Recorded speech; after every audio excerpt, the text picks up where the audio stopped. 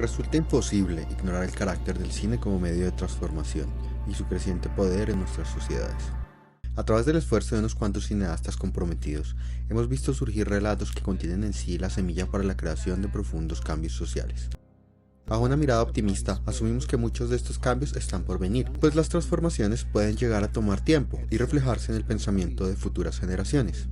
Lo que hoy puede ser una propuesta aislada se podría convertir en una tendencia a futuro. Así como en alguna época los derechos de los trabajadores, la ecología o las teorías feministas eran observadas como la petición de unos pocos, hoy en día se han convertido en tópicos fundamentales del activismo y han llegado a ser incluso parte de la acción legislativa, arraigándose en la conciencia individual y colectiva de esta y de las nuevas generaciones. Este largo trabajo social se ha visto especialmente acompañado por una de las más prolíficas ramas del cine, los relatos de no ficción.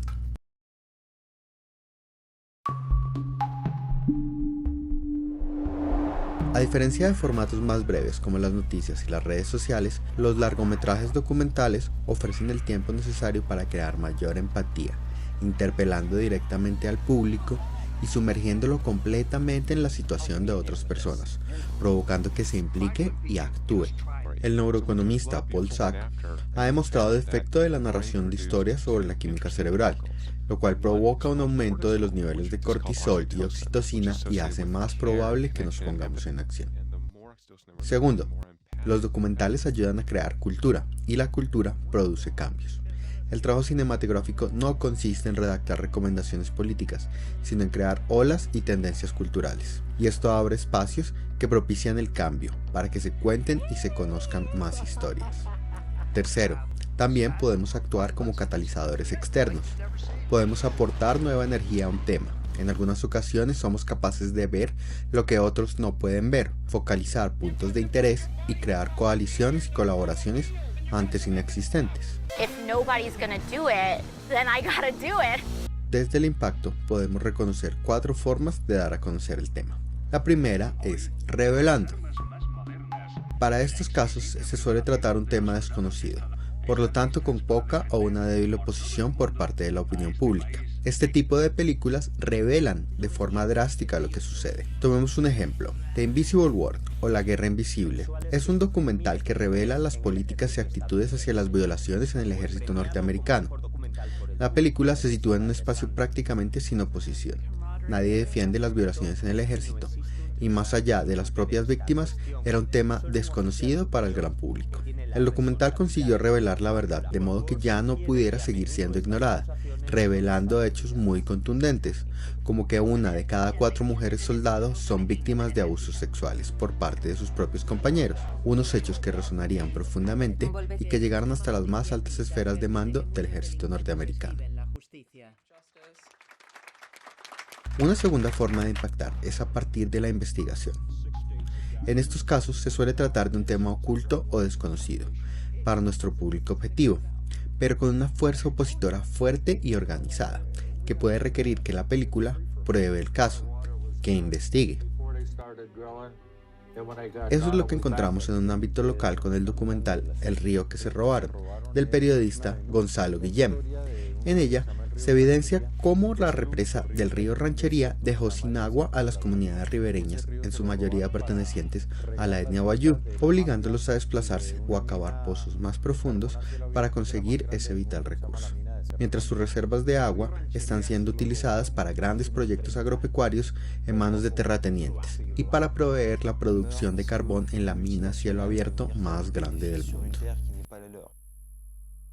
Sumado a las sequías y al abandono estatal, La Guajira se ha convertido en un polvorín conocido por muchos y estudiado por pocos.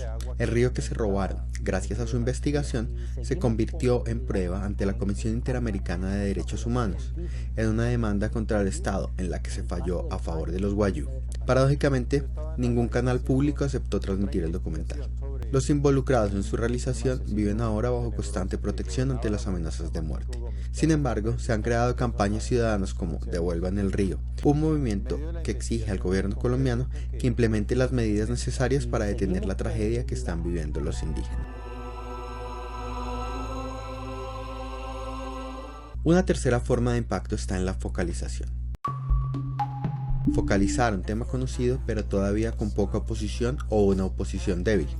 Un buen ejemplo se da en el tema del acoso escolar o bullying, pues es una problemática que ha estado presente desde el inicio de la educación formal, en donde se ha normalizado este tipo de situaciones, aduciendo que estas conductas son parte de la forma de ser de los niños. Kids will be kids, boys will be boys, they're just cruel at this age. Tal vez si lo miramos a nivel local podamos comprender de mejor manera la forma de impactar. Tomemos el documental La vida es sagrada. Este documental narra la historia de Antanas Mockus, profesor, filósofo y político colombiano, a través de los ojos de una mujer que se enamora del movimiento político educativo que éste emprende, con ideas como la vacunación contra la violencia, que consiste en desahogar el enojo contra un muñeco de trapo y no contra una persona, o disfrazarse de supercívico para intentar cumplir ese sueño de que los bogotanos nos convirtamos todos en educadores los unos de los otros. Mockus avivó la cultura ciudadana en Bogotá e hizo una invitación colectiva a participar de esas y otras iniciativas, focalizando un tema conocido como la falta de civismo, pero con poca oposición, que desafortunadamente ha vuelto a desaparecer del imaginario colectivo. Uno de los problemas es que a veces creo que lo que estoy haciendo es imposible. Por último, tenemos la opción de humanizar, uno de los acercamientos más conocidos en el documental, pues en este caso suelen ser temas conocidos, con la consecuente fatiga del público objetivo y con una fuerte oposición hacia nuestra historia y campaña. Estas películas no suelen requerir nuevos hechos o afirmaciones, sino simplemente humanizar a las comunidades afectadas. Un ejemplo podría ser el de humanizar el precario nivel de calidad de las instituciones de salud en Colombia, que amparadas por una nefasta ley han creado un daño progresivo y evidente en la sociedad, dificultando la atención oportuna a los pacientes, conteniendo los gastos por medio de la negación de servicios, dilatando la ya de por sí lenta burocracia, con lo cual enmascaran el deseo de lucro de instituciones que deberían tener un carácter público y de servicio. Paciente relata la historia de Nubia, una madre cabeza de hogar que, pese a convivir con la angustia de la enfermedad de su hija, que padece un agresivo cáncer, consigue atravesar con admirable firmeza y determinación las trabas de un sistema deshumanizante. De esa manera, el documental parte de pensar el tema de la gestión de la salud en el país, pero resulta ser una reflexión íntima y humana de cómo gente de verdad lidia con la enfermedad en medio de un hospital.